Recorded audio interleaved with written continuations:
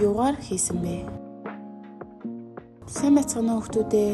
Өнөөдөр багштайгаа хамтран эд зүйлсийг юугаар хийдэг болох талаар мэдэх болно. Багштайгаа хамтдаа бичлэгийг анхааралтай үздэцгээе. Бичлэгээ үзэхдээ бичлэгэн дээр юун талаар гарч байна? Маш анхааралтай үздэцгээ шүү хүүхдүүдээ.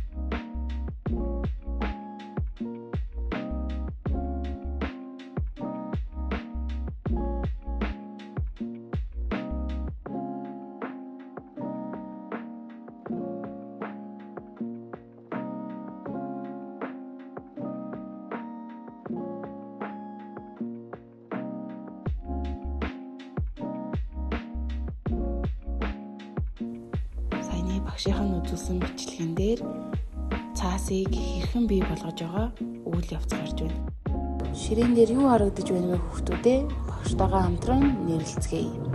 Ширээн дээр ном, цүнх, үзэгний сав харагдаж байна. Тэгвэл эдгээр зүйлсийг юугаар хийдэг юм болоо? Багштайгаа хамтдаа мэдэж авцгаая. Бидний хичээл хийхдээ өдөр тутамдаа ашигладаг номыг маань модоор хийдэг бол ээжийнх нь, багшийнх нь мөн чиний үрдэг цүнхийг давуу болон арьс ширээр хийдэг байх нэ. Харин чи бидний баал, харандаа, балруул зэрэг хийдэг үзэгний маань савыг хуванцар болон төмөр зүйлээр хийдэг байх нэ. Одоо бүгдээрээ эдгээр материал нь юугаар хэрхэн хийгддэг талаар мэдэж авъя. Даавууг хөвөн болон хонь ямааны ноос ноолуураар хийдэг бол шилийг хийхдээ эсийг маш халуунаар хайлуулж дараа нь хөргөж шил болгодог байх нэ. Төмрийг бий болгохдоо газар доорх чулууг төөж тэр чулууга халуунд хайлуулснаар хатгалаг төмөр бий болдог байх нь. Гэрийн даалгаварт сурах бичгийн хаан 13 дугаар хуудасны туршилтыг гэрийнхэнтэйгээ хамтран хийгээрэй.